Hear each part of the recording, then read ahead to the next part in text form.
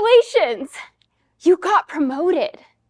You got engaged. You won first place. I lost my job. Isn't it great that we all have something in common with each of our moments? We feel special. The difference here is the way we define how it is we're standing out. Either you're positively special, or you're the special exception. And there are a lot of these special exception moments that occur throughout adulthood that leave you feeling alone in your experiences while they're happening.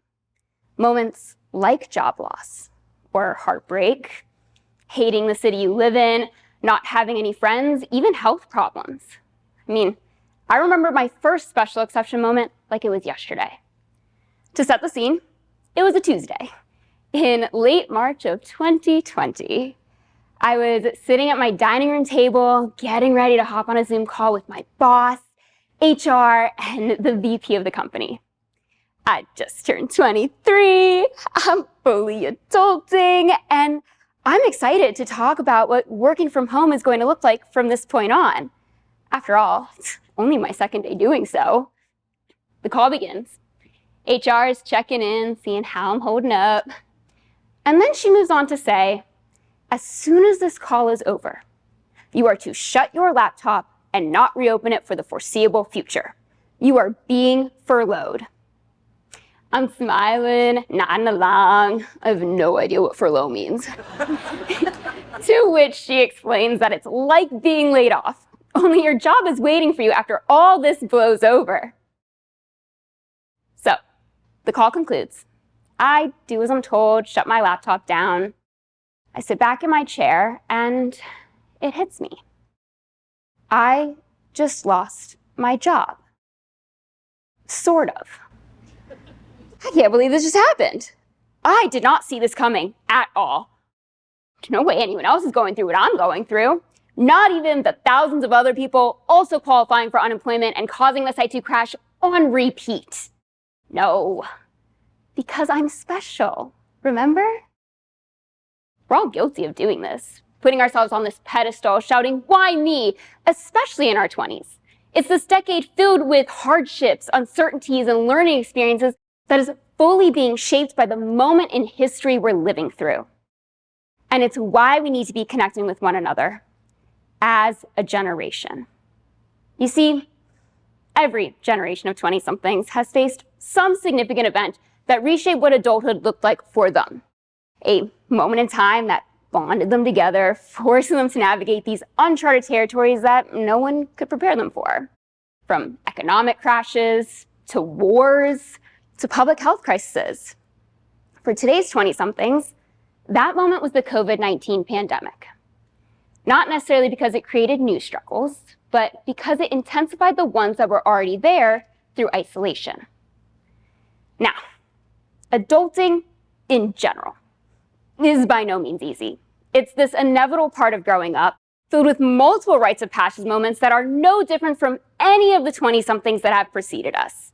In fact, Alexis Redding and Nancy Hill confirmed this when they discovered an abandoned archive of recordings of college students from the 1970s and found that the worries and stressors of young adults today nearly identical to those from a half a century ago, which means we definitely need to be connecting with other generations to remind us we're not alone in these experiences across time.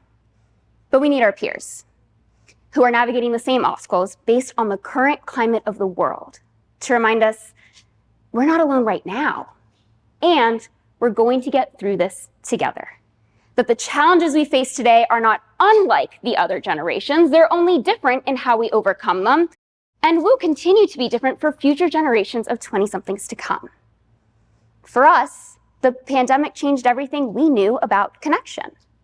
Think about it. The way we operate in our lives today never bounced back to the world we were once promised. A world that the previous generations of 20-somethings knew really well.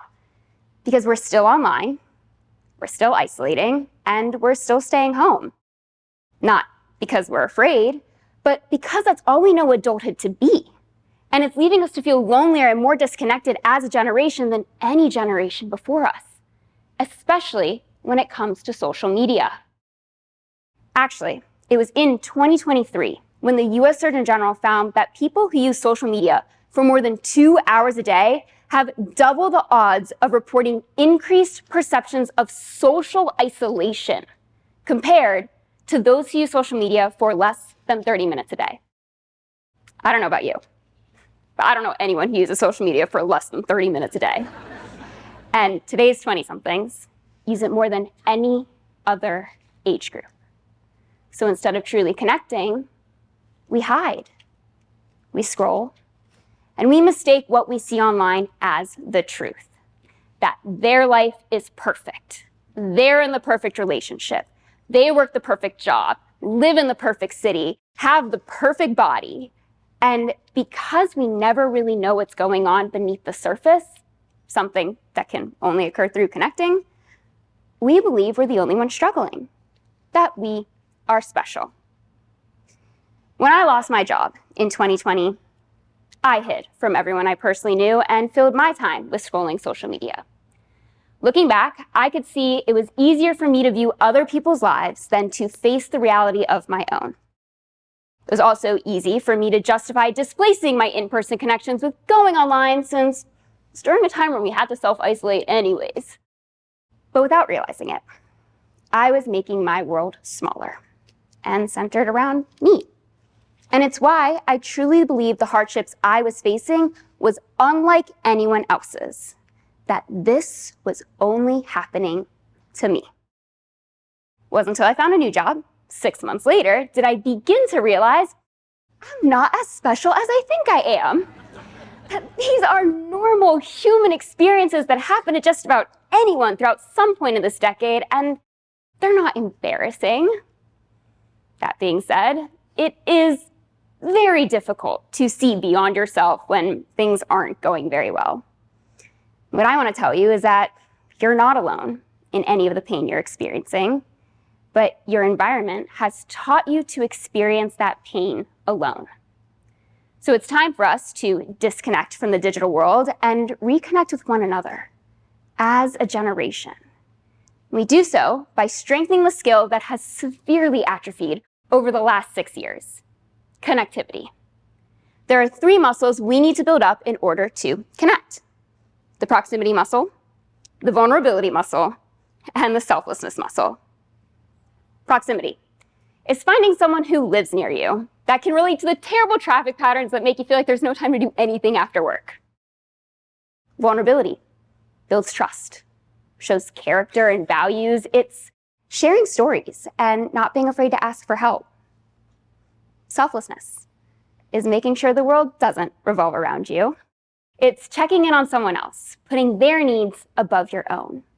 It's knowing that connection takes 2 to happen, and it's a muscle that needs to constantly be worked, where the more you use it, the stronger it's going to get.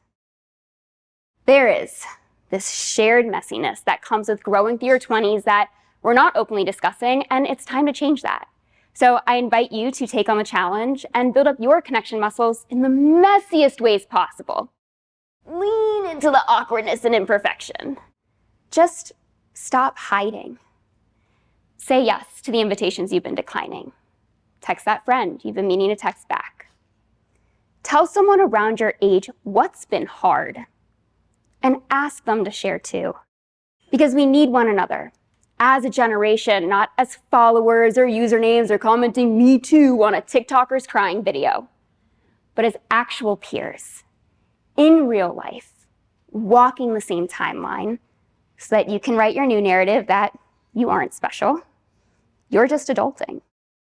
Because if it's not job loss at 23, it's breaking up with your boyfriend at 24, moving to a new city at 25, having no friends at 26.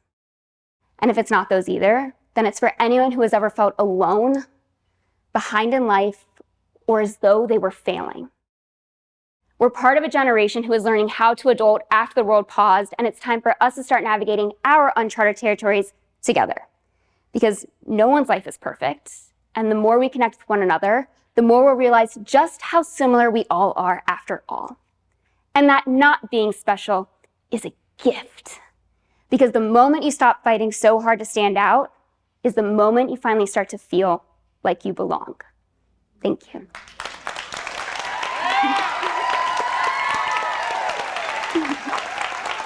Thank you.